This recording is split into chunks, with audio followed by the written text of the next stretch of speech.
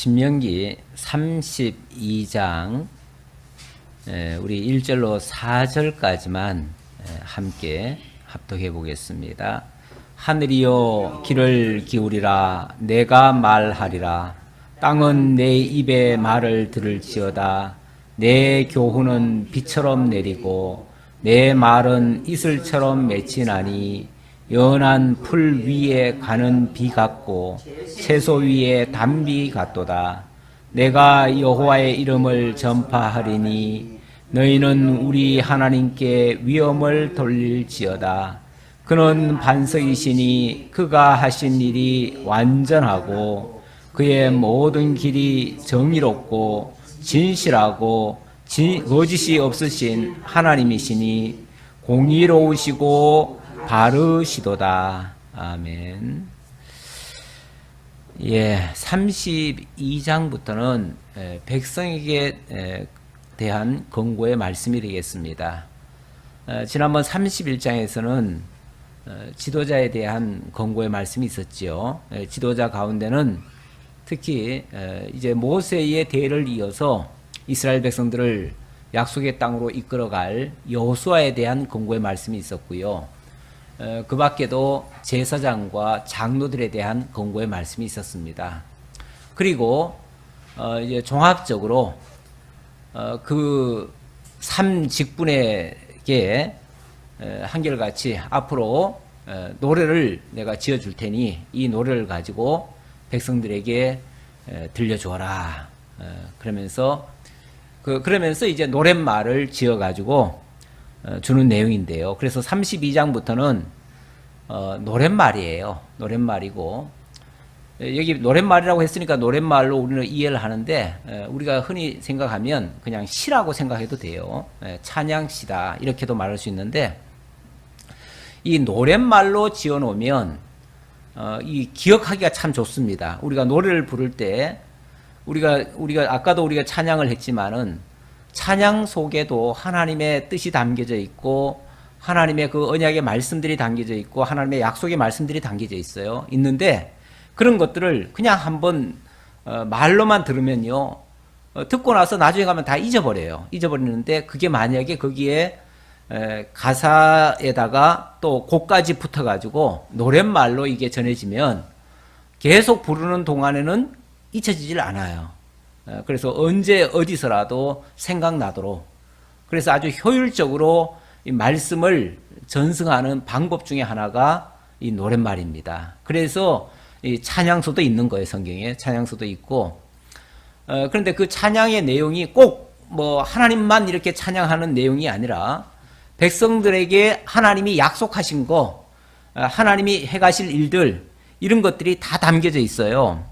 그래서 이 32장의 내용을 보면, 물론 당연히 첫 번째는 하나님 찬양하는 내용이죠.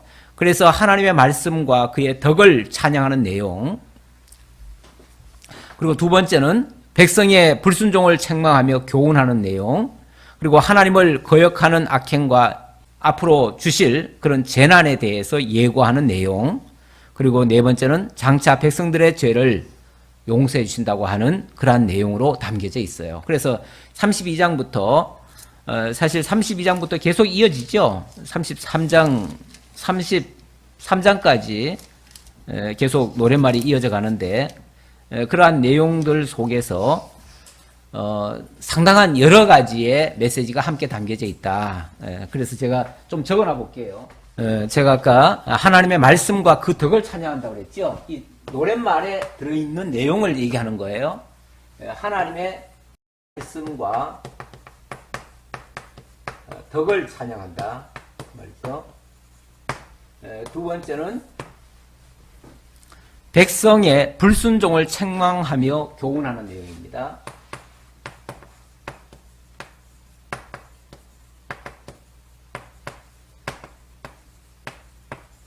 그러니까 노랫말이라고 해가지고 다 좋은 얘기만 있는 건 아니에요. 그 안에 이건 예언적인 내용이 함께 담겨져 있기 때문에 앞으로 백성들이 어떻게 될 것인지에 대한 그런 예언의 말씀이 담겨져 있어요.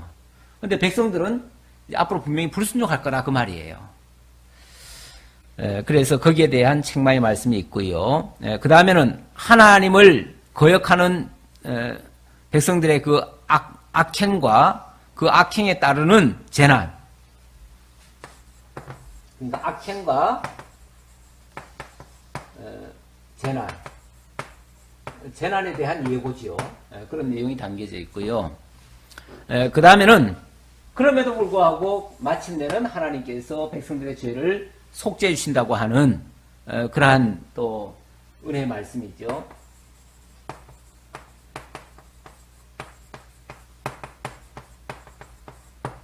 백성들의 죄를 속죄해 주신다라는 그러한 약속의 말씀. 이 내용을 가만히 보면 물론 뭐 당연히 찬양부터 시작을 하지만은 또 막상 들어가 보면 백성들이 너무너무 안 좋은 내용들이 많이 나와요. 그래서 그런 거에 대해서는 엄중하게 하나님께서 또 책망을 하셔요. 사실 그런 일이 없으면은요, 찬양거리도 사실은 안 돼요. 우리가 항상 좋은 것만 받고 항상 좋은 것만 누리게 되면요, 감사를 몰라요. 항상 받기만 하면 감사가 안 느껴져요. 그런데 예를 들어서 좀 고통을 받거나 어려운 일을 당하거나 그런 가운데서 특별한 이런 어떤 사랑과 은혜와 어떤 그런 것들이 주어지면 그게 그렇게 느껴져요. 정말 감사하다, 고맙다. 나 같은 사람에게 어떻게 이런 은혜가 주어지나 하고서 그게 깨달아져요. 그래서 하나님은 그런 섭리를 해가시는 거예요. 해가시려니까 이스라엘 백성들에게서는 어찌 보면 그 부족한 부분이 드러나야 돼요. 안타깝지만 그런 일이 없었으면 좋겠지. 우리는 항상 우리는 늘 잘되기만 원하잖아요. 잘 됐으면 좋겠다 생각하지만은 그런 우여곡절이 없으면요, 감사도 못 느껴요. 어쩔 수 없어요. 그래서 이거를 깨닫기 위해서라도 그런 과정은 거쳐야 된다라는 생각입니다. 하늘이여 귀를 기울이라 내가 말하리라 땅은 내 입의 말을 들을지어다 내 교훈은 이렇게 말했는데요. 언뜻 들으면은 마치 모세가 교훈하는 것 같죠. 모세가 내가 말하리라 했으니까 모세가 말하는 것 같죠. 근데 그냥 모세가 직접 자기 생각을 말하는 게 아니고 하나님이 이미 율법을 통해서 모세에게 알려주신 내용, 그걸 지금 증거하겠다 그 말이에요. 증거하는데 내가 너희들에게 증거를 하는데 하늘이여 들으라, 또 땅이여 내 입의 말을 들으라 그랬잖아요. 하늘이여 귀를 기울이라 땅이여 내 입의 말을 들을지어다 이렇게 얘기했죠. 하늘과 땅도 어찌 보면 들어야 되는데 하늘에 속한 자도 들어야 되고 땅에 속한 자도 들어야 되고 어찌 보면 하늘같이 높아진 자도 들어야 되고 땅같이 이렇게 천한 자도 들어야 되고 왜 사람들이 어떤 사람은 굉장히 스스로가 굉장히 존귀하다고 느끼는 사람도 있고 어떤 사람은 정말 하찮게 여기는 사람들도 있잖아요. 스스로가 생각할 때도 나는 천민이다 이렇게 생각하는 사람도 있는데 그래서 그렇게 높아진 자도 들어야 되고요. 낮은 자도 들어야 되고 진짜 하늘 땅을 얘기하는 게 아니라 온 천하에 있는 모든 들어야 될 자들은 다 들어야 된다. 그 얘기죠. 그래서 누구 할 것 없이 하나님의 말씀 앞에 다 무릎 꿇어라. 그런 얘기예요. 그 말씀 들어라. 그런 얘기죠. 그러면서 내 교훈은 비처럼 내리고 내 말은 이슬처럼 맺히나니 연한 풀 위에 가는 비 같고 채소 위에 단비 같도다. 이 모세를 통해서 들려주는 하나님의 말씀이에요. 하나님의 말씀인데 그 말씀이 비처럼 내리고 이슬처럼 맺혀서 연한 풀 위에는 가는 비 같고 채소 위에는 단비 같다. 그러니까 어떤 식물에든지 어떤 자에게든지 이것도 물론 당연히 그런 연약한 자들이겠죠. 그런 자들에게 매우 유익한 말씀이다 그 얘기죠. 실제 채소한테 말씀을 전하겠어요? 채소한테 말씀 전하는 게 아니죠. 그렇게 연약한 그런 자들에게 마치 정말 하늘에서 이 식물이 하늘에서 받아들이는 그 비를 맞이하는 것처럼 그렇게 유용한 말씀이다 그 말이죠. 모든 사람이 꼭 들어야 되고 반드시 유익한 그런 말씀이다 그 말이죠. 그러면서 내용은 내가 여호와의 이름을 전파하리니 너희는 우리 하나님께 위엄을 돌릴지어다. 우리 여호와의 이름을 전파하리니. 그러니까 자기 얘기하는 게 아니다 그 말이죠. 자기 얘기하는 게 아니라 누구를 전한다고요? 여호와의 이름을 전파한다. 여호와의 이름이 어떻게 전파되죠? 자, 이런 내용들을 이제 앞으로 할 건데, 이 내용들이 너희들에게 꼭 필요한 말씀이다. 그런데 내가 전하는 내용은, 핵심은 여호와의 이름이다 그 말이잖아요. 여호와의 이름. 여호와의 이름을 증거하려면 여호와의 이름은 어떻게 해서 증거가 돼요? 그렇죠. 언약하시고 언약대로 이루심으로 여호와의 이름이 드러나는 거예요. 그러려면 내가 지금 하는 이 말들은 전부 다 뭐라는 거예요? 언약이라는 거예요. 언약이고 반드시 앞으로 이렇게 이루어질 것이니까 그렇게 되어지면 너희들이 하나님이 여호와시구나라고 깨달아 알게 될 것이다. 그 얘기죠. 그러니까 하나님이 여호와이심을 알게 하기 위한 목적에서 이 노랫말을 너희들에게 들려준다. 채소 같은 너희들아, 여리디 여린 너희들아, 너희들의 신분이 뭐 하늘에 속해 있다 할지라도 마땅히 들어야 되고 저 땅에 속해 있다 할지라도 마땅히 들어야 된다. 이런 얘기예요. 이걸 이제 시적으로 표현하다 보니까 이게 지금 노랫말이잖아요. 노랫말이다 보니까 이걸 시적으로 표현해서 이걸 뭐 하늘이라고도 하고 땅이라고도 하고 또 채소처럼 이렇게 얘기를 하고 거기다 이슬처럼 하나님의 말씀이 마치 이슬처럼 단비처럼 꼭 필요한 말씀으로 영양가 있는 그런 진리의 말씀으로 증거한다. 그런 얘기예요. 그러면서 그 하나님을 이제 내가 전파하리니 그 하나님의 이름을 전파하리니 너희는 우리 하나님께 위엄을 돌릴지어다. 야, 정말 하나님이 하셨군요. 이 모든 일을 하나님이 하시는군요. 라고 그 하나님께 위엄을 돌리라. 하나님께 영광과 그 덕을 돌리라. 그런 얘기예요. 그런 반석이시니 그가 하신 일이 완전하고 그의 모든 길이 정의롭고 진실하고 거짓이 없으신 하나님이시니 공의로우시고 바르시도다. 우리 하나님이 하실 수 없는 게 두 가지가 있다죠. 우리 하나님 하실 수 없는 일 뭐예요? 거짓말을 못 하세요. 우리 하나님은 거짓말이 없으시고 또 하나는 뭐죠?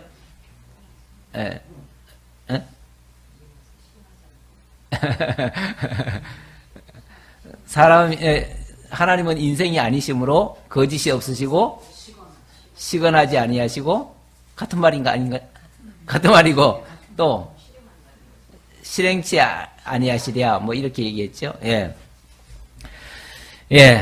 여기도 그만큼 하나님은 당신 하신 말, 당신 선포된 말 틀림없이 이루신다. 그런 반석이라 그랬는데 반석이라는 건요 요동하지 않는 걸 얘기하는 거예요. 우리 하나님의 말씀은 정말 변함이 없고요 인위적으로 바꿀 수가 없는 그런 말씀이에요.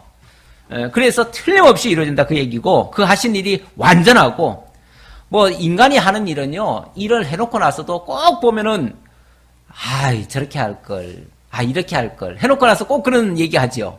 그게 왜냐하면 우리 인간은요 완전하지를 못해가지고 생각대로 했는데 나중에 해놓고 보면은 못마땅한 게 너무 많아.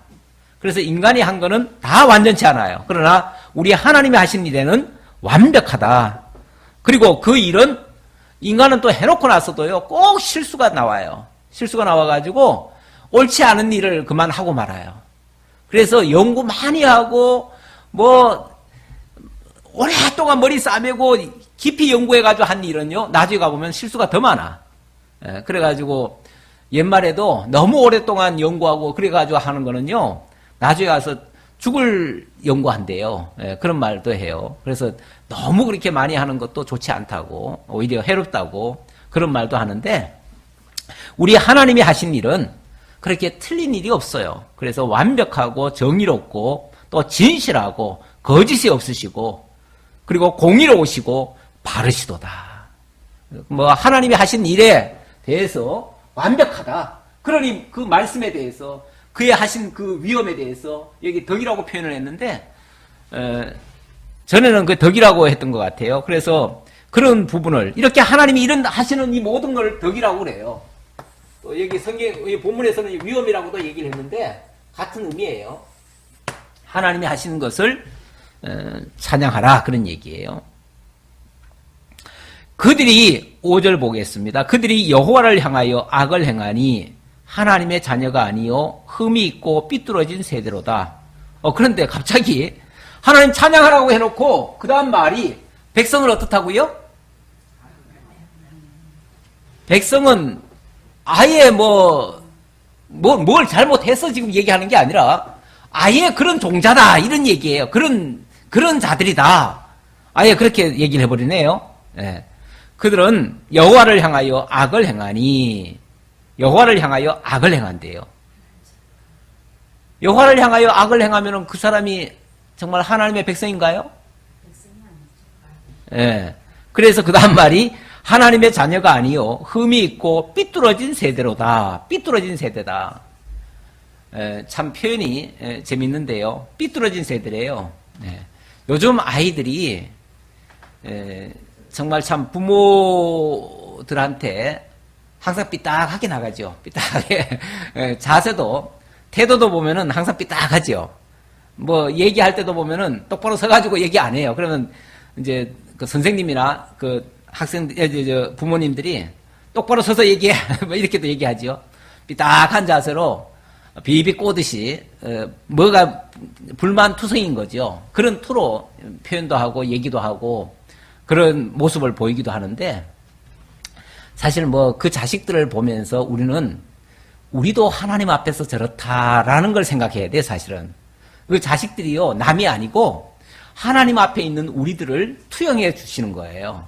어찌 보면.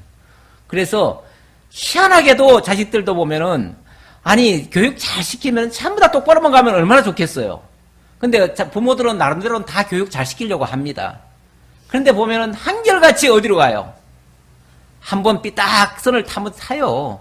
삐딱선을 타고 거기에서 만약에 조금이라도 좀 잘못 잡아주면은 완전히 빗나가는 경우도 있지요. 그래서 정말 자식 농사 잘못 지었다 이런 얘기까지 나중에 푸념삼아 하지요. 하는데 그게 어찌 보면 우리가 얼마만큼 악한 자들이라는 걸 하나님께서 그 자식을 통해서 보라는 거예요. 너들도 네 자식을 통해서 보라 그러잖아요. 옛날에 우리 어머님이 맨날 그런 얘기 하셨어요. 딸들이 좀 이렇게 속을 썩이면 니도 나중에 니 같은 자식 나가지고 니 같은 자식 나가지고 나중에 한번 니도 당해봐라. 그런 식으로 얘기를 하셨어요. 예. 근데 꼭 보면은 비슷한 자식을 또 낳는 것 같더라고. 그래가지고 그 자식 때문에 또 고생을 해요. 예, 고생하면서 아유 나중에 옛날에 엄마도 이랬지라는 생각이 들도록 하나님 그게 교육이에요. 예, 우리 자녀들 괜히 하나님이 자녀 주시겠어요? 당신 교육시키려고 그렇게 주신 거예요. 약간 삐딱한 자식 주면 그 자식이 문제가 아니라 나를 하나님께서 교육시키려고 그러시는다. 이렇게 생각해야 맞아요. 근데 자식은 다 그런 모습을 보여요. 사실 이스라엘 백성도 그런 모습이 보여요. 이스라엘 백성들도. 지난 40년간 모세가 이스라엘 백성들을 이끌고 왔잖아요. 광야를 지나온 동안에 어쩌면 그렇게 뭐 잘해주면 안 그럴 줄 알지요? 잘해줘도 마찬가지예요. 잘해줘도 삐딱선 타는 건 마찬가지예요. 근데 그런데도 불구하고 계속 잘해주면요 그게 또 당연한 줄 알아. 거기에 대한 아무런 형벌도 안 가하고 그냥 오냐 하고 정말 잘못됐다는 거 지적도 안 하고 그러면요 마치 자기네가 진짜 잘하는 줄 알아 또. 그래서 더 기고만장하고 더 교만해지고 그래서 더 삐딱선을 더 타요. 그래서 하나님은 아예 뭐라고 얘기를 하냐면 너희들은 원래 악한 놈들이야 이렇게 얘기를 하고 시작하는 거예요. 너희들은 원래 악해. 여기부터 시작이에요. 우리 성경은요 인간을 그래서 왜 도덕 시간에 옛날에 그렇게 배웠잖아요. 성선설이냐 성악설이냐 뭐 그런 얘기 배웠잖아요. 그래서 일반적으로는 다 성선설이라고 그래요. 우리 태어나면서는 다 착했는데 자라면서 교육을 잘못 받아가지고 다 나빠지는 거다. 그러니까 잘못된 거는 다 교육 탓이다. 교육 부재다. 그래서 교육만 잘 시키면 원래 인간은 착해 이렇게 얘기를 하는데 우리 성경은 그렇게 말하지 않아요. 성경은 원래 인간이 악하다고 그래요. 악하다. 인간은 악하대요. 아주 태어나면서부터 악하다 그렇게 얘기를 해요. 그러면서 의인은 없나니 하나도 없으며 이렇게 얘기하죠. 로마서에서는 하나도 없대요. 아예 태어나면서부터 악을 가지고 태어난대요. 사실은 그건 이미 첫사람이 악했다는 얘기는 아니에요. 하나님이 처음 지어놓으신 첫사람 아담이 악했었다. 그 얘기는 아니에요. 처음에 지으실 때는 분명히 하나님께서 하나님의 형상대로 정말 모양과 그 모든 것이 품성이 하나님을 닮도록 해놨어요. 그런데 사단에게 속임당한 이후부터 사실은 악인이 돼버렸어요. 악인이 됐고 그 악인이 된 이후에 모든 자녀들은 악인으로 태어나는 거예요. 영적으로 죽은 상태에서 태어나버려요. 그러니까 영이 살아있었으면은 당연히 악인은 아니죠. 근데 영이 죽은 상태에서 태어나니까 결국은 악인 상태가 돼버린 거죠. 그런 자들을 하나님께서 당신의 백성으로, 선한 백성으로 만들어 간다는 것이 성경의 전체의 논리 구조예요. 그러니까 성경은 원래 착한 사람을 교육 잘 시켜가지고 착하게 계속 살도록 한다는 얘기가 아니고 그냥 악해진 자들을 하나님께서 하나님의 사람으로 만들어 간다는 거예요. 선한 하나님의 백성으로 만들어 간다는 거예요. 그러니까 아예 악하다는 걸 전제하고 해야 돼요. 해야 되는데 오늘 본문에도 보니까 어리석고 지혜로운 백성, 지혜 없는 백성아, 여호와께 이같이 보답하느냐? 그는 내 아버지시요 너를 지으신 이가 아니시냐? 그가 너를 만드시고 너를 세우셨도다. 조금만 더 생각해보면 그들이 다 하나님께로부터 나온 자들인데 하나님께로부터 나와가지고 악으로 행하고 있으니 과연 그게 옳은 일이냐라고 지금 책망하는 장면이죠. 예. 그러면서 하시는 말씀 7절에 보니까 옛날을 기억하라. 역대 연대를 생각하라. 내 아버지에게 물으라. 자, 지금 어찌 보면 악하다는 얘기를 했습니다. 악하다. 그래서 그 불순종함에 대해서 책망을 했어요. 그래 놓고 거기에 대한 뭐 일종의 대안이라고 할까요? 아니면 어떤 뭘 제시하는 거죠? 대안을 제시하는 거죠? 대안을 제시하는데 어떻게 제시를 해요? 예. 옛날을 기억하라. 옛날을 기억하라. 옛날.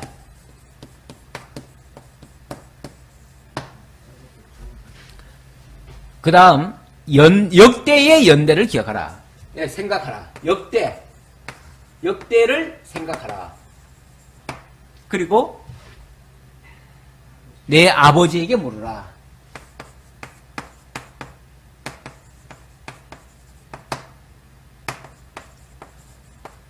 예, 이게 어찌 보면 대안이에요.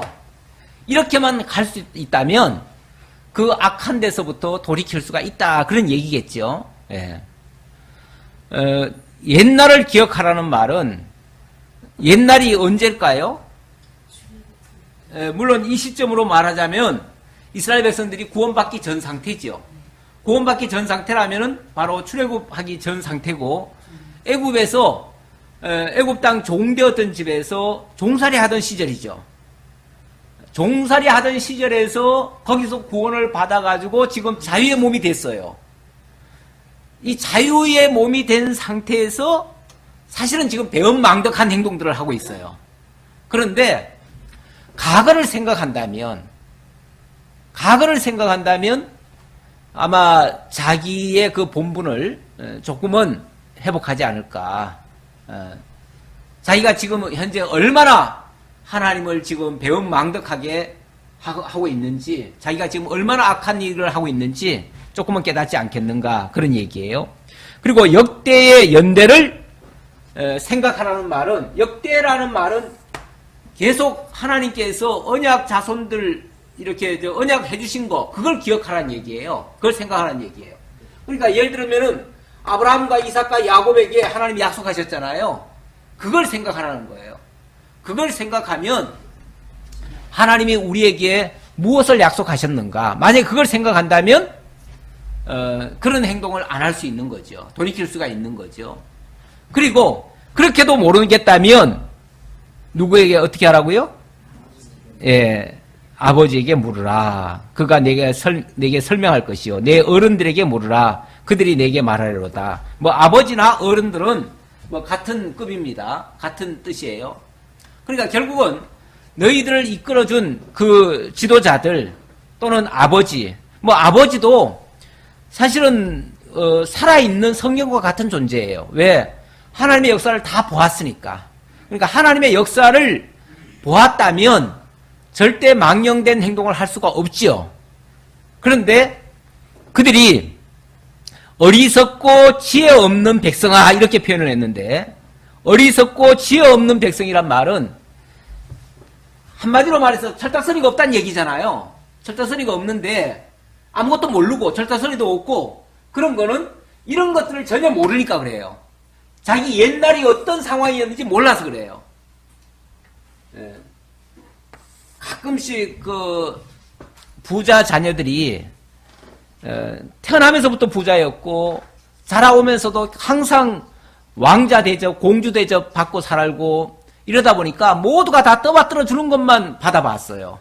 그런 사람들은 솔직히 세상에 대해서 잘 모릅니다. 세상 어떻게 어떤 인간의 도리를, 무엇이 인간의 도리인지도 잘 몰라요. 그러다 보니까 자기 성질대로 해요. 자기 하고 싶은 대로 해요. 그리고 마음에 안 들면 소리 꽥꽥 지르고 난리를 피워요. 예. 그런 것들이 사실은 정말 어리석고 지혜 없는 그런 모습인데, 그런 사람들은 이 옛날을 몰라서 그래요. 그리고 역대에 대한 생각이 하나도 없어서 그래요. 그리고 그 아버지에게 제대로 교육을 진짜 안 받은 거예요. 그래서 이런 사람에게는 일부러라도 교육을 좀 시켜야 돼요. 그런 환경에 좀 밀어 넣어줘야 돼요. 그래서 정말 지혜로우신 아버지 같으면 그런 자녀들을 일부러 그런 교육에 보내기도 해요. 우리가 일제 강점기를 당했잖아요. 일제시대 때 우리나라 독립운동 하다가 잡혀가지고 그 감옥에 갇혀가지고 서대문 감옥소에 들어갔는데, 서대문 감옥소에 얼마나 막 그 독립운동 하는 사람들이 많이 잡혀 들어왔는지 진짜 뭐 한 평 정도에 한 4명씩 들어가 있었던가 봐요. 그래가지고 완전히 똑바로 눕지도 못해요. 눕지도 못하고 심지어는 막 이렇게 꽉꽉 채워가지고, 그러니까 앉아있을 때는 겨우 앉아있는데 밤에 잠을 자려고 하면 잠을 잘 수가 없을 정도로 그렇게 좁아가지고, 심지어는 뭐 위에서 자기도 하고, 사람 위에서 그렇게 하기도 하고, 그런 가운데 그 옆에 또 화장실도 같이 있잖아요. 불도 안 떼주죠. 먹거리도 정말로 조금밖에 안 줬다 그러더라고요. 그런 극한 상황 속에서 정말 부모 세대가 그 어려움을 겪고 고통을 당해왔는데, 자녀들은 그런 걸 안 겪어봤잖아요. 안 겪어봐가지고 뭐 조금만 불만 있으면 뭐 불만 타령하잖아요. 불평하잖아요. 그래서 그런 거를 조금이라도 깨닫게 해주려면 일부러 거기 가서 한번 그 역사 탐방이라도 해야 돼. 그래서 할 수만 있으면 일부러 한 1박 2일이라도 하루라도 가서 그 현장 체험도 한번 해봐야 돼요. 그래서 일부러 교육도 한번 받아볼 필요가 있어요.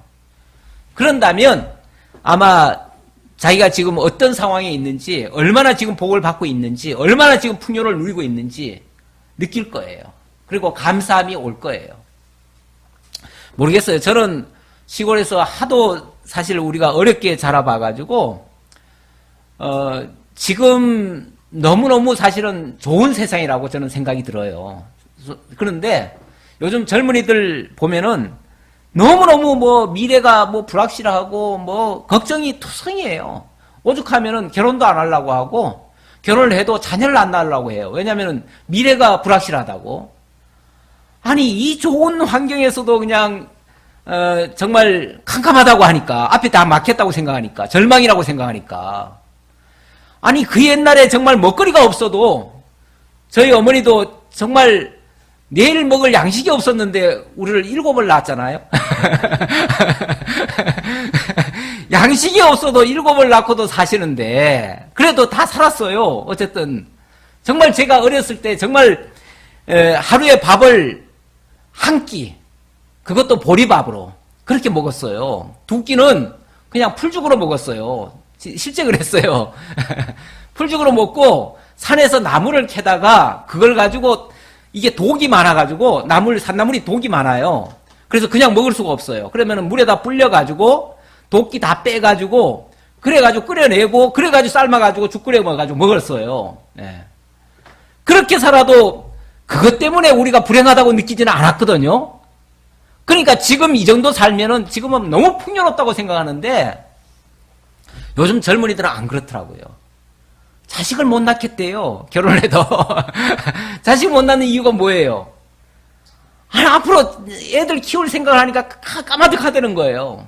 근데 솔직히 요즘은요, 한 달 수입만 하면은, 양식으로 말하면은, 옛날에는 쌀만사도 먹었잖아요. 쌀만사도 먹었는데, 아마 지금 한 달만 일하면은, 1년치 쌀은 살 거예요. 그렇죠? 1년치 쌀은 사고 남아요. 예. 그러면 쌀만 있으면은 옛날에는요, 쌀 사고, 그 다음에 제가 목회 떠날 때도 우리 목사님이 늘 그 얘기 했어요. 어디 교회 이제 발령 나가거든. 사례비는 주는 대로 받고, 제일 먼저 쌀부터 사라. 그래가지고 그 다음에는 또 연탄 사라. 그 다음에 소금 사라. 그래 놓고 만약에 돈이 없으면 시장가에 가가지고 정말 시장 가면은 이렇게 뭐 배추하고 따듬고 버리는 것도 있다. 그거 가져와서 그냥 된장국 끓여 먹어도 된다. 그래도 안 죽는다. 그러면서 사실은 교육을 시켰어요. 그러니까 그 이상은 있어도 그만, 없어도 그만. 일단 고의가 기본이고 그것만 보장한다면은 어디 가든지 그렇게 목회를 해라. 사실 그렇게 교육을 받았어요. 그랬는데 요즘은 요즘 그 목회 나가시는 분들은요, 사례비 얼마 주냐고 그거부터 따져요. 그래가지고 얼마 준다 그러면은 그거 가지고 어떻게 우리가 사냐고. 그래가지고 나 못 나간다고. 그러면서 요즘은 목회자로 나가라 그래도요, 안 나가요. 아니, 나 그냥 직장 생활 해가면서 살지. 그렇게 받아가지고는 우리 생활 못 한다고. 안 나가버려요. 이렇게 풍요로운 세대가 되어버렸어요. 그러니까 무슨 사명감으로 뭘 하겠어요. 그런 자들에게는 옛날을 기억하게 해야 돼요.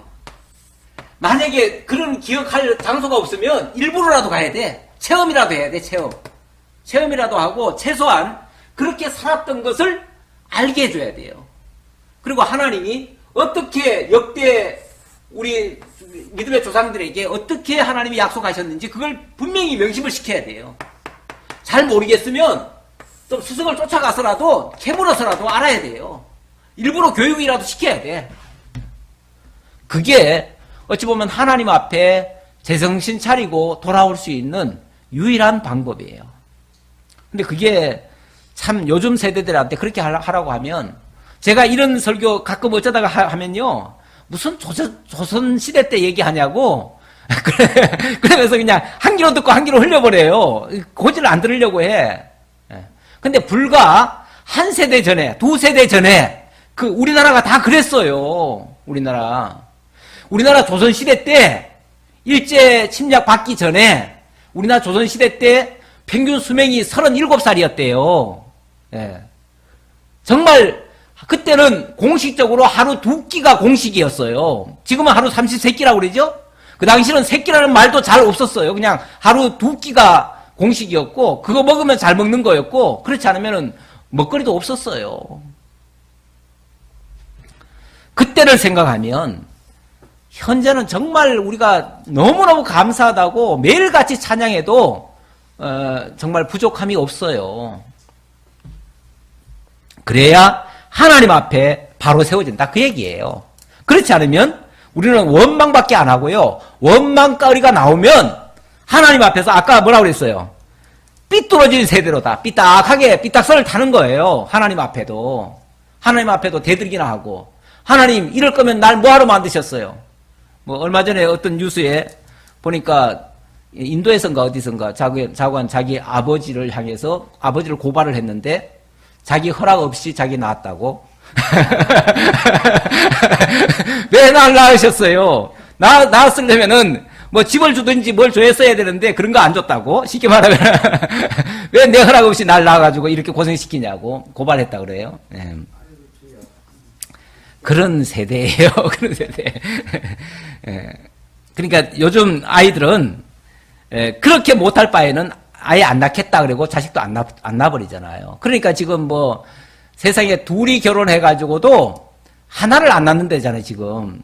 예. 그러니까 절반 이하로 떨어질 수가 있는 거죠. 둘이 만나가지고 하나를 안 낳으니까 0.8명인가 밖에 안 낳는데, 지금. 0.9명인가. 예. 심각하지요. 예. 쓸데없는 걱정이에요, 사실은. 쓸데없는 걱정. 예. 8절입니다. 지극히 높으신 자가 민족들에게 기업을 주실 때에, 인종을 나누실 때에 이스라엘의 수요대로 백성들의 경계를 정하셨도다. 예, 우리 하나님이 어떻게 역사해 주셨는가? 자, 지난 옛날을 기억하라 그랬고요. 이게 다 지나간 역사 아니에요, 역사? 그리고 역대를 생각하라. 이것도 어찌 보면 이전에 하나님이 어떻게 이 백성을 하시겠다고 약속하셨는지를 지금 기억하라 그 말이잖아요. 예. 그리고 내 아버지의 물으라. 그것도 결국 역사 배우라는 거예요. 역사 배우라는 거예요. 하나님의 역사죠.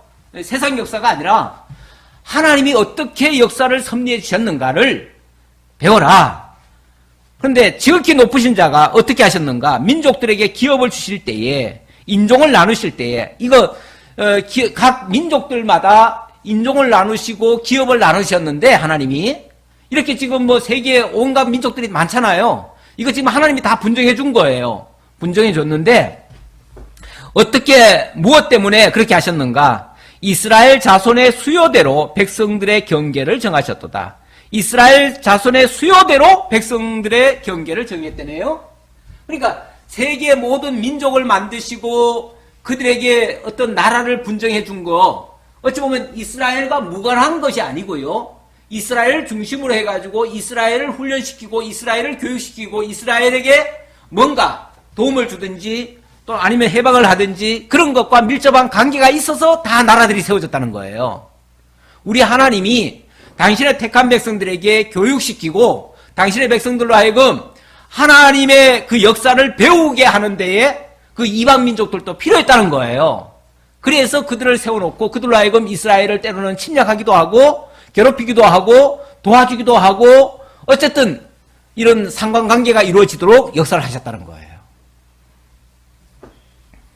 여호와의 분깃은 자기 백성이라. 그 많은 인종들 가운데 하나님의 분깃, 여호와의 분깃은 자기 백성이라. 야곱은 그가 택하신 기업이로다. 그 가운데 특별히 이스라엘이라고 하는 나라를 하나님 당신 분깃으로, 당신 기업으로 삼으셨다는 거예요. 그래서 온 민족 중에서, 온 세계 모든 민족 중에서 하나님께 선택받았다고 하는 건 대단한 거죠. 대단한 건데 사실 뭐 다른 거 다 떠나서 그거 한 가지만 생각해도 이스라엘 백성들은요, 감사하다는 말이 입에서 떠나면 안 돼요. 그렇잖아요. 모든 민족 가운데 선택받은 민족이라는 그 하나만 해도 엄청난 정말 감사거리인데 정작 그렇게 선택받은 이스라엘 백성은 감사를 잘 모른다. 오히려 삐딱선만 타고 있다. 자, 그 얘기잖아요. 그래서 정말 우리 과거를 좀 알아야 돼요. 역사를 좀 알아야 돼요. 그래서 세상에서도 그런 말도 있어요. 역사를 잊은 민족은 미래가 없다. 이런 말이 있는데 역사를 제대로 배우지 않고 그거에 대한 실제적인 그 이해가 없으면요, 미래에 자기들도 그런 역사를 또 되풀이할 수가 있어요. 이 역사라고 하는 거는 어찌 보면 하나님께서 교육시키려고 하는 의도가 다분히 담겨져 있기 때문에 만약에 그것을 올바로 이해하지 못하면요, 실제 자기네들이 몸으로 체득할 수가 있어요. 그런 것들이 굉장한 불행으로 다가올 수도 있죠. 그래서 역사는 미리미리 좋을 때 잘 배워둬야 돼요. 여호와께서 그를 황무지에서 짐승이 부르짖는 광야에서 만나시고 호위하시며 보호하시며 자기의 눈동자같이 지키셨도다. 이스라엘 언약 자손들을 선택해 놓으실 뿐만 아니라 그들을 그 위기 상황 속에서, 때로는 황무지에서, 때로는 짐승이 부르짖는 광야에서 다 보호해 주셨다. 이스라엘 그 40년간 하나님이 어떻게 역사해 주셨는가를 단적으로 이렇게 표현을 하신 바가 있는데, 독수리가 날개로 업어서 이동시키듯이 그렇게 했다. 그런 말씀도 있고요. 또 암탉이 병아리를 안음처럼 그렇게 안았다라는 표현도 있고요. 여러 표현들이 많지요. 그런 얘기를 지금 여기서 또 하고 있죠. 한번 좀 더 볼까요? 어떻게 지켜주셨는가? 호위하시며 보호하시며 자기의 눈동자같이 지키셨도다. 마치 독수리가 자기의 보금자리를 어지럽게 하여 자기의 새끼 위에 너풀거리며 그의 날개를 펴서 새끼를 받으며 그의 날개 위에 그것을 엎는 것 같이 여호와께서 홀로 그를 인도하셨고 그와 함께한 다른 신이 없었도다. 하나님은 당신 혼자 그렇게 하셨지 뭐 다른 신을 통해서 하신 것이 아니다. 그런 얘기죠. 그러면서 하나님이 자기 백성들은 하나님이 그렇게 책임지시고 하셨다. 여호와께서 그가 땅의 높은 곳을 타고 다니게 하시며 밭의 소산을 먹게 하시며 반석에서 꿀을 굳은 반석에서 기름을 빨게 하시며 소의 엉긴 젖과 양의 젖과 어린 양의 기름과 바산에서 난 순양과 염소와 지극히 아름다운 밀을 먹이시며 또 포도즙의 붉은 술을 마시게 하셨도다.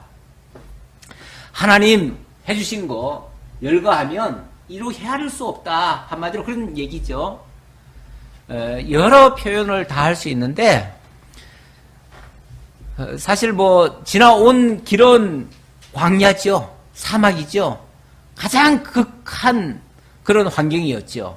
그런데 거기서도 어떠한 해도 받지 않도록 그 뜨거운 광야인데도 하늘에서 구름으로 덮어줬고 또 양식이 없을 때는 하늘에서 만나를 내려주셨고 또 물이 없을 때는 반석에서 물이 나게 하셨고 그래서 지난 40년 동안 뭐 하다못해 옷도 헤어지지 않았고 신발도 떨어지지 않았고 이렇게 하나님이 그러니까 모든 부족함이 없도록 필요하다고 하는 것은 어쨌든 하나님이 다 해주셨다. 그런 뜻입니다. 그런데 15절입니다. 그런데 여수론이 기름짐에 발로 찼도다. 내가 살찌고 비대하고 윤택함에 자기를 지으신 하나님을 버리고 자기를 구원하신 반석을 없인 여겼도다. 참 안타까운 말입니다. 여수론이 기름짐에 발로 찼도다. 이 뱃속에 기름이 많이 끼니까 뭐 했다? 발로 차버렸다. 더 이상 아쉬움이 없었다 그 얘기죠. 사람들이 원래 너무 풍요로우면요 아쉬울 게 하나도 없어요. 사실 뭐 정말 부잣집에서 태어나가지고 한 번도 고생해 본 적이 없고 그렇게 그냥 오냐오냐로만 키워지면요 세상에 아쉬운 게 하나도 없어요. 그러니까 정말 배부른 소리 하는 거죠. 배부른 행동 하는 거죠. 그 배부른 행동이 쉽게 말하면 발로 차는 행동이에요. 정말 복을 복으로 여길 줄 모르고 감사를 감사로 느낄 줄 모르고 정말 걷어차버리는 그런 행동을 하게 되는데 이스라엘 백성이 앞으로 풍요롭게 되어지면 이렇게 될 수 있다라는 이건 예고의 말씀입니다. 그들이 이런 악행을 저지르게 될 것이고 그래서 앞으로 재난을 받을 수밖에 없다. 그런 얘기입니다. 그래서 이거는 뭐 지금 그랬다는 게 아니라 앞으로 이렇게 될 가능성이 있음을 예고하는 그런 말씀입니다. 그들이 다른 신으로 그의 질투를 일으키며 가증한 것으로 그의 진노를 격발하였도다. 조금 전에는 자기를 구원하신 그러니까 너무 살찌고 비대하고 윤택하니까 자기를 지으신 하나님은 버리고 하나님이 필요가 없어져 버린 거예요. 필요가 없어지니까 그러니까 버려버리고 새로운 걸 찾느라고 근데 사람은요 아예 신이 없이는 못 살거든요. 뭐 다시 말하면 뭔가를 의지하는 거 없이는 못 살거든요. 그런데 참 하나님이 필요 없다고 버리게 되면 당연히 그 자리에 뭐가 차지합니까? 우상이 자리 잡게 되지요. 다른 것. 그 다른 것이라는 게 딴 게 아니고요. 자기가 좋아하는 거예요. 원래 내가 돈을 좋아하면 돈이 나의 신이 되는 거예요. 내가 명예를 좋아하면 그 명예가 나의 신이 되는 거예요.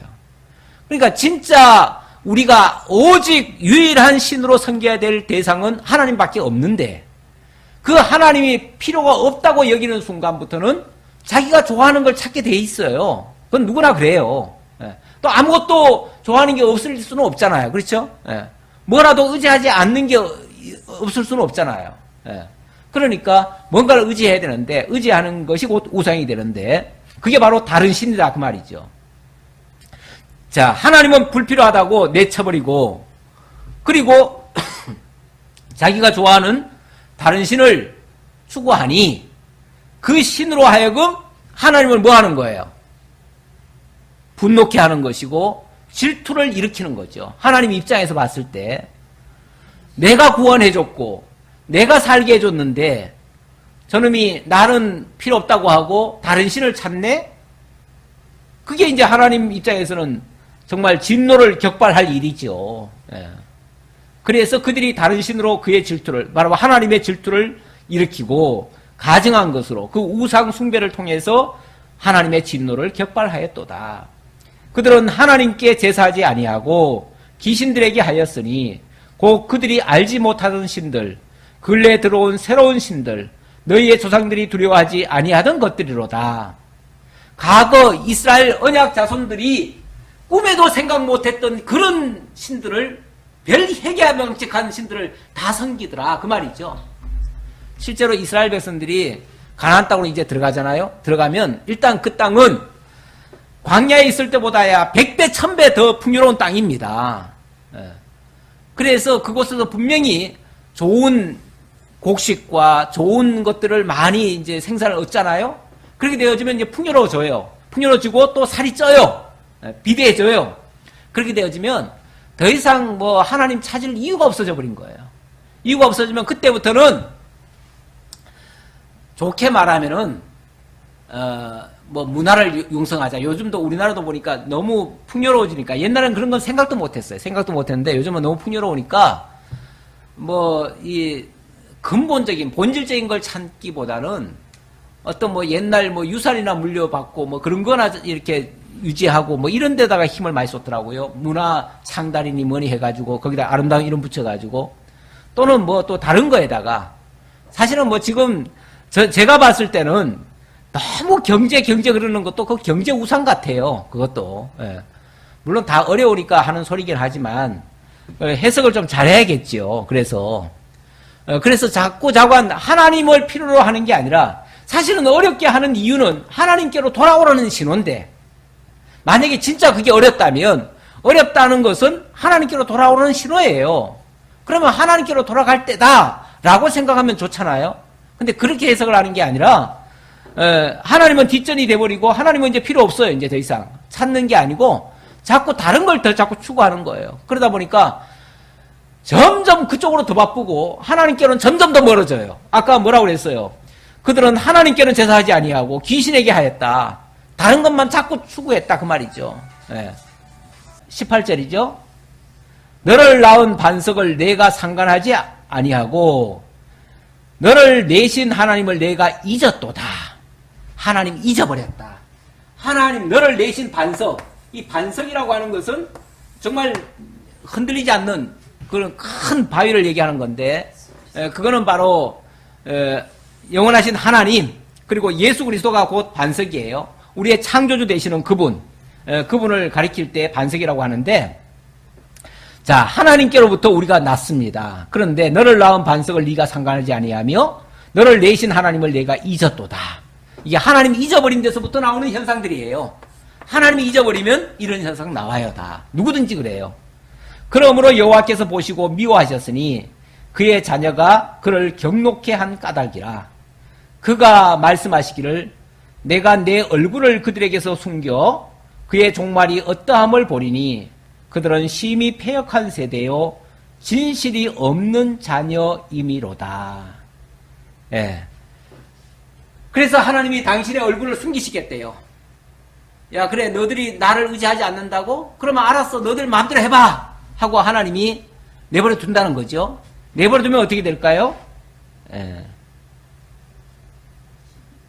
그들이 하나님이 아닌 것으로 내 질투를 일으키며 허무한 것으로 내 진노를 일으켰으니 나도 백성이 아닌 자로 그들에게 시기가 나게 하며 어리석은 민족으로 그들의 분노를 일으키리로다. 자, 너희들이 나를 필요 없다고 하고 나를 팽개치고 다른 것들로 추구한다면 좋다. 나도 하나님이 아닌 것으로 나도 내 백성이 아닌 자로 너희들을 좀 시기나게 해주겠다. 이렇게 말씀하시네요. 그렇죠. 우리 권사님 바로 생각이 나시는 게 바로 이방인 구원이다. 이 얘기를 하셨는데 맞아요. 이게 유대인들이 이스라엘 백성들이 하나님을 잊어버리고 자꾸만 다른 걸 추구하니까 좋다. 너희들이 자꾸 그런다면 내가 너희들을 깨닫게 하기 위해서라도 너희들에게 시기나게 하기 위해서라도 내가 다른 백성들을 내가 사랑하마 이래버린다는 거죠.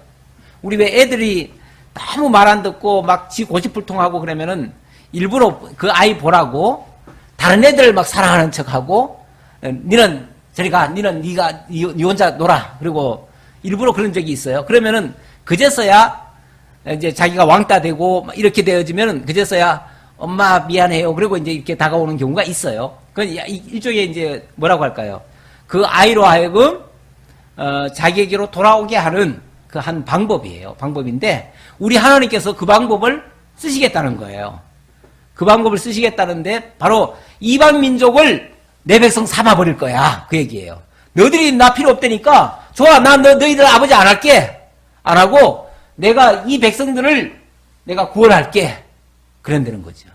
그러면은 그들이 나중에 봤을 때 하나님이 우리를 안 사랑하시고 저들을 사랑하네? 우리도 하나님께로 다시 돌아가야지. 이렇게 하도록 한다 그 말이죠. 이게 바로 이방인 구원을 약속하시는 말씀이에요. 약속하시는 말씀인데 이방인을 구원하려다 보니까 이스라엘은 자연스럽게 뭐죠? 배제가 되죠. 배제가 되고 하나님이 일부러 그들을 고난 가운데 어찌 보면 내어 맡기셔요. 고통을 주셔요. 그래서 이방인들에게 팔아버리셔요. 팔아버리시고 그 대신 이방인들을 하나님이 구원을 하셔요. 이런 역사가 이제 앞으로 있을 거다라고 지금 예언하는 거예요. 예언하는데 이것이 어떻게 이루어집니까? 실제로 이루어집니다. 바로 예수님이 오셔가지고 물론 예수님이 오셨을 때 분명히 말씀을 그렇게 했어요. 내가 온 것은 잃어버린 이스라엘을 구원하러 왔다. 이렇게 말씀하셔요. 근데 그 잃어버린 이스라엘을 구원하러 왔다고 하시면서 자기 백성들에게 복음을 전하죠. 그런데 자기 백성들이 복음을 받습니까? 안 받습니까? 안 받아요. 안 받으니까 예수님이 이방인들에게 복음을 전하시죠. 그래서 이방인들이 구원을 받아요. 오히려 이방에 그래서 교회가 세워져요.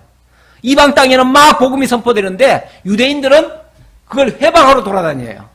그래서 우리 요한계시록에 보면은 그 유대인들을 가리켜서 뭐라고 얘기합니까? 사탄의 회가 됐다 그렇게 얘기하잖아요. 하나님의 일을 회방하고 방해하는 일만 하죠. 그래서 이방인들은 자꾸 구원이 이루어지고 유대인들은 점점 망하는 거예요. 그래서 온 세계에 막 쫓겨져 다니고 유대인들이 완전히 다 망해버리죠.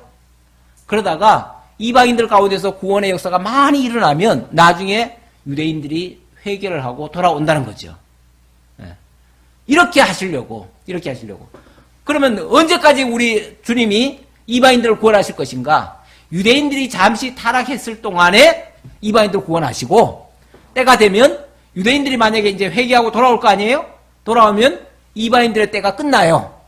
이방인들의 때가 끝나면 그때는 다시 유대인들을 구원할 거예요.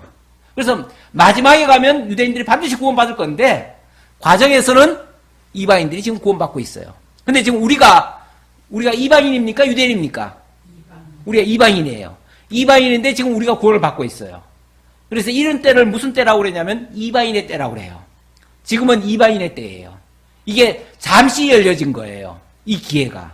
이 잠시 열려진 이 기회에 우리 이방인이었던 우리들이 구원을 받고 있어요. 이게 언제까지 이 구원의 기회가 열려 있을 것인가? 항상이 아니에요. 항상이 아니고 어느 정도 때가 되면 분명히 이방인의 때가 문이 닫힐 거예요. 그래서 온 세계적으로 기독교 또 박해하는 일이 또 있을 수 있어요.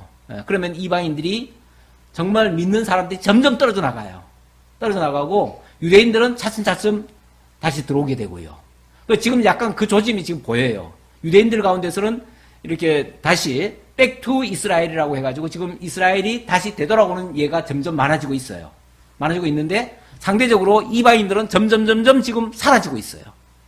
지금 한국교회만 해도 이미 내리막길을 지금 내려가고 있어요. 한국교회 지금 기독교인 수는 점점 줄어가고 있어요. 우리 선생님 이렇게 우리 고등학교 선생님 계시잖아요.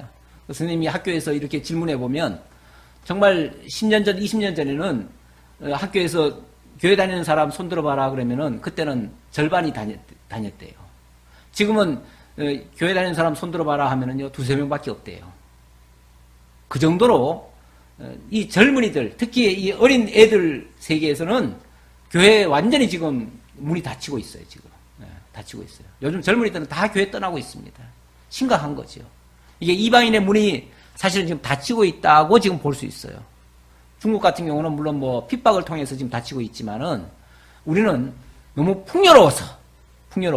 그래서 이게 너무 풍요롭다는 게 꼭 복만은 아니에요. 너무 풍요로우면 하나님 모른다. 그냥 이렇게 배부르면요. 모른다라고 할 수도 있어요. 오죽하면은 아굴이 그런 기도를 했잖아요. 하나님이여 나로 너무 부유하게 마옵소서. 내가 너무 부유하면 하나님을 모른다 할까 두렵고 또 너무 가난하게도 마옵소서. 너무 가난하면 도적질 할까 두렵습니다. 그래서 정말 적당하게 너무 도적질 안 하고 정말 하나님 섬기면서 살 수 있을 정도. 그렇게 정도면 가장 만족하고 사는 게 좋습니다. 어쩌면 지금 현재 우리에게 주신 환경이 가장 좋은 환경이에요. 하나님 섬기기에도 딱 좋고요. 더 풍요로워도 오히려 안 좋을 수가 있고요. 또 너무 가난해도 너무 또 힘들잖아요. 그러니까 그냥 주어진 현실을 가장 감사하게 여기고 이것이 하나님 만나기에 가장 좋은 기회다라고 생각하면, 그리고 이때가 우리에게 주어진 가장 좋은 기회다라고 생각하면 사실 우리가 감사할 일이지 불평할 일은 아닙니다. 우리 하나님이 약속하신 말씀을 통해서 우리의 미래도 한번 생각을 해봤으면 좋겠습니다. 기도하겠습니다. 아버지 하나님 감사합니다. 우리 하나님 하신 일 너무나 분명하고 또 노랫말을 통해서 미래에 대한 예언을 해주셨는데 역사 속에서 그대로 이루어졌음을 또한 저희들이 확인했습니다. 이방인의 때 잠시 유대인들이 배부르고 정말 그래서 하나님을 발로 찬 이때에 우리가 구원을 받고 있습니다. 얼마나 큰 은혜인지 모릅니다. 저희도 배가 부르면 또 하나님을 발로 찰 수 있사오니 아버지 하나님 정말로 주님께서 꼭 필요한 만큼 주시고 하나님 잘 섬기는데 초점을 맞추고 늘 하나님께 감사와 찬송과 영광을 돌리는 일에만 더욱 힘을 쏟을 수 있는 저희 정말 지혜로운 자들 다 될 수 있도록 인도해 주옵소서. 모든 걸 감사드렸고 예수님의 이름으로 기도하옵나이다. 아멘.